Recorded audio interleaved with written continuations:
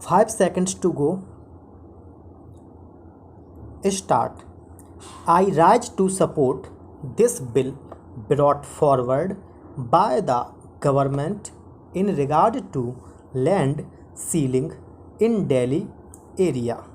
Sir, as has been said by my colleagues from both sides of the house, and ceiling is one aspect of land management in the agricultural economy of this country. While supporting the bill, I would like to draw the attention of the Honorable Minister, who himself is acknowledgeable person and who knows more about land management. Two important points which occur to me. One point is that land should be productive in the real sense, so that they may be able to take not only one crop but two crops as well. They will be in a position then to generate more surplus for the consumers.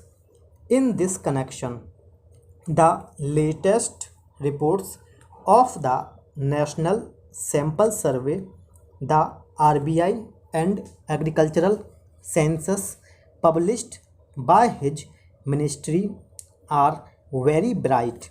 I do not want to go into the details because so many honorable members have said about this, and the honorable minister is also aware of this.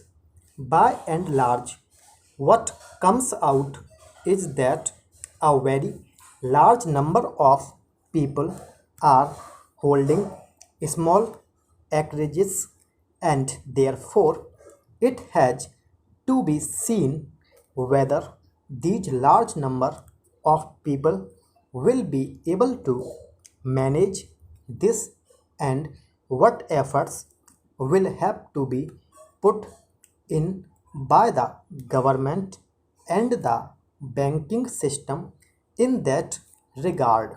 Para.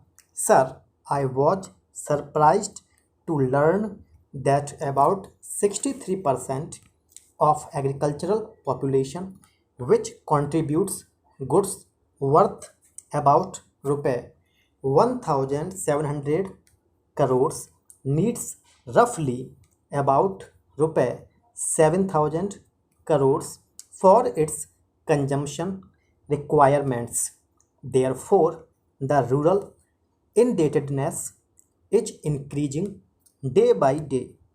Similarly, it is seen from the agricultural census and the report of the National Sample Survey that the small farmers and the marginal farmers are being converted gradually into what are called agricultural laborers.